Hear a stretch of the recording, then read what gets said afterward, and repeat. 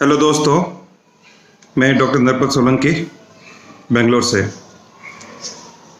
अभी काफ़ी दिन से मेरे पास बहुत सारे कॉल आ रहे हैं और ये पूछ रहे हैं ब्लैक फंगस, वाइट फंगस और इसके बारे में जो लोगों के अंदर घबराहट है उसको देखते हुए मैं ये वीडियो बना रहा हूँ। और इसके बारे में मेरे को हमारे जीटो के बेंगलोर चैप्टर के अध्यक्ष श्री अशोक जी नागौरी ने भी मेरे को बोला कि डॉक्टर साहब एक छोटा सा वीडियो बनाइए जिससे कि लोगों के दिमाग में जो परेशानी हो रही है ये ब्लैक फंगस और इसके बारे में, तो मैं ये बोलना चाहता हूँ कि बीमारी जितना आपको बताया गया है उससे बहुत ही कम है।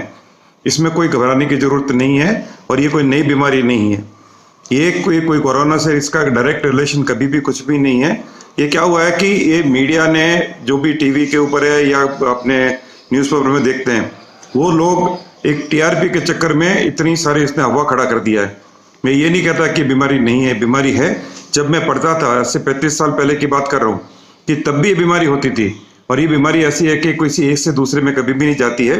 और ये बीमारी किस में आती है उसके बारे में मैं आपको थोड़ी सी जानकारी देना चाहूँगा। ये बीमारी ज़्यादातर जिनके अंदर इम्यूनो कम्प्रोमाइज्ड लोग होते हैं, जैसे किसी को कैंसर है या कैंसर की दवाई चल रही है, या जो बॉडी से बहुत वीक है, या तीसरा जो अनकंट्रोल्ड डायबिटीज़ है, या जिनको स्टेरॉइड्स ले रहे हैं वो किसी भी कारण से, वेदर कोविड के कारण ले रहे थे या नॉन कोविड के कारण ले रहे थे, या जो लोग काफ़ी दिन तक आईसीयू में रहे हैं जिनको कंटिन्यूस ऑक्सीजन लगी है, या जो वेंटिलेटर पे रहे हैं, उन लोगों को ये बीमारी आने के ज़्यादा चांस रहते हैं। बाकी नॉर्मल पॉपुलेशन में चांसेस मैं बोलता हूँ कि लाख में एक भी नहीं है कि 10 लाख में भी एक नहीं है, क्योंकि नॉर्मल में बीमारी आती नहीं है। ये एक्चुअल में ये फंगस, ब्लैक फंगस जो भी बोल रहे हैं, इसका मेडिकल नाम है वो है म्यूकोमाइकोसिस।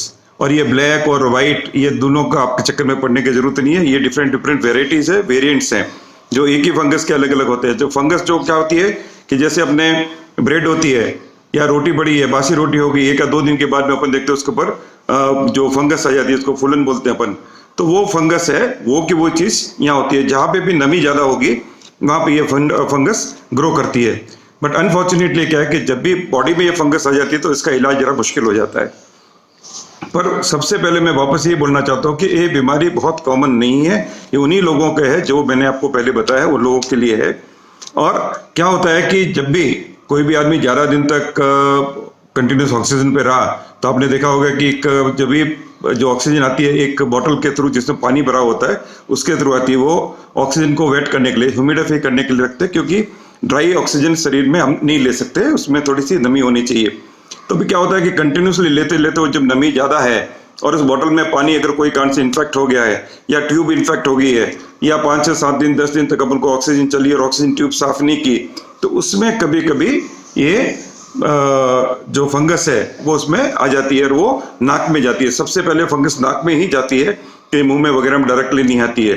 जो मुंह में है, जो थ्रश बोलते हैं मुंह में आती है उसके, वो केसेस अभी बहुत कम है। तो ये क्या है कि जब एक बार नाक में आ जाती है तो वहाँ पे इसकी एक परत बन जाती है। परत बन के धीरे धीरे ग्रो करते करते करते सबसे पहले साइनस में पहुँचती है, नीचे जाओगे तो दांतों के अंदर, जबड़ों के अंदर उधर चली जाती है, ऊपर जाओगे तो आँख आ जाएगी और उससे भी ऊपर चढ़ गया ये तो फिर ब्रेन में चला जाता है। बट इसकी प्रोसेस बहुत स्लो है। यूजुअली देखा ये गया है कि जब भी पेशेंट हॉस्पिटल में होते हैं तब तक उनको इस बीमारी का मालूम नहीं चलता है, क्योंकि बहुत सारी दवाइयाँ पे भी रहते हैं, दूसरे भी रहते हैं, तो इससे क्या है कि मालूम नहीं चलता है। जब वो घर आ जाता है एक बार आदमी, जो जैसे मैंने वापस मैं आपको ये रिपीट करना चाहता हूँ कि जो लॉन्ग टर्म ऑक्सीजन पे रहे हैं, इम्यूनो कम्प्रोमाइज्ड है, जो स्टेरॉइड के ऊपर ज़्यादा रहे हैं और जिनकी बॉडी इम्यूनिटी बहुत ही कम है, उन लोगों में कभी कभी क्या होता है कि जैसे नाक से थोड़ा खून आना या ब्लैक कलर का पानी आना या थोड़ा यहाँ पे नाक के आसपास में दर्द होना या आँख के ऊपर दर्द होना, ये कॉमन चीज़ है। तो उन लोगों को अगर कुछ है ऐसा, तो अगर कोई आदमी लॉन्ग टर्म तक आईसीयू में रहा है या कंटिन्यूस ऑक्सीजन पे रहा है, तो उनको मेरी तो यही सलाह है कि वो हर 5-7 दिन में एक बार जाकर के अपने ईएनटी सर्जन को दिखा दे। वो अपने एंडोस्कोपिक से इसको देख लेगा कि कोई फंगस की ग्रोथ तो स्टार्ट नहीं हो गई है, हुई है तो उसका ट्रीटमेंट आसानी से कर सकते हैं। पर होता क्या है, जब ज़्यादा बढ़ जाती है तब अपन डॉक्टर के पास पहुंचते हैं, जब तक ऑलरेडी ये फैल चुकी होती है तब बोलते हैं कि भाई देखो दवाई दे रहे हैं, नहीं हुआ तो जबड़ा निकालना पड़ेगा, आँख निकालनी पड़ेगी। तो ये सब चीज़ें बहुत आजकल देखने में मिल रही है। अभी हो क्या रहा है कि यूजुअली एक आईसीयू में जो नॉर्मल डेज में जब कोविड नहीं था तो वो समझिए कि अगर 10 बेड थे तो उसमें 2 या 3 के ऊपर वेंटिलेटर रहता था या हाई ऑक्सीजन पे रहती थी और केयर बहुत अच्छी होती थी।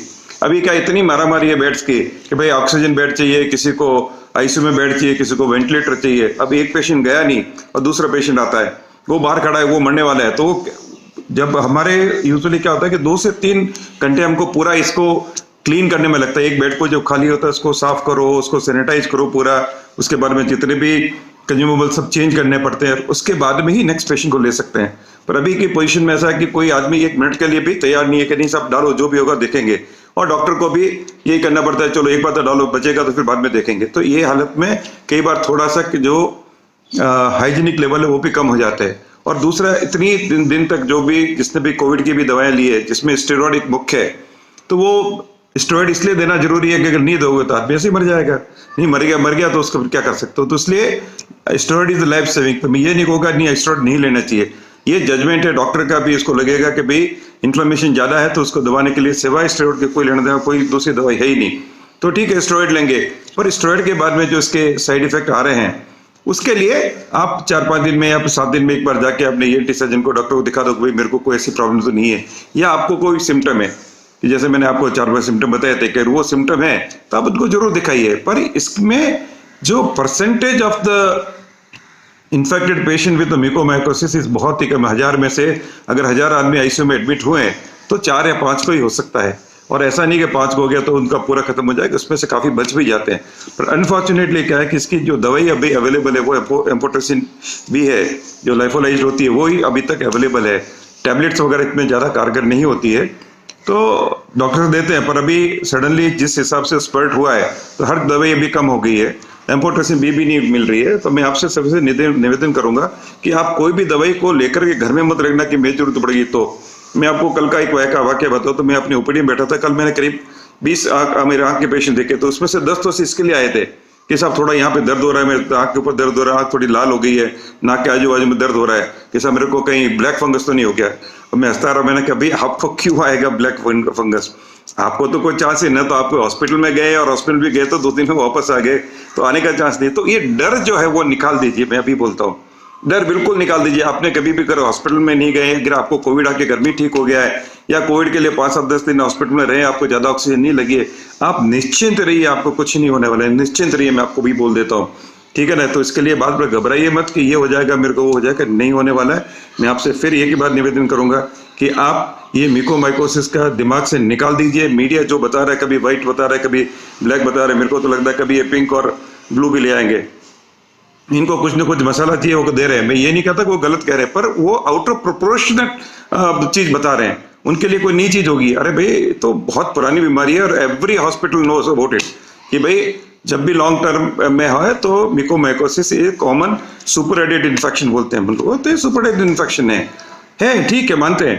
पर इसका ट्रीटमेंट भी अगर सही से टाइम से हो जाता है तो अच्छा है। पर कब जब बहुत ज्यादा लेट हो जाता है तो एक बात एक अलग है। और जैसे मैं बोला कि लाखों में से एक होता है, आप क्यों डरते हो, तो मैं आपसे फिर भी निवेदन करता हूँ कि प्लीज आप इसको घबराइए नहीं, जो भी है आप आराम से रहिए।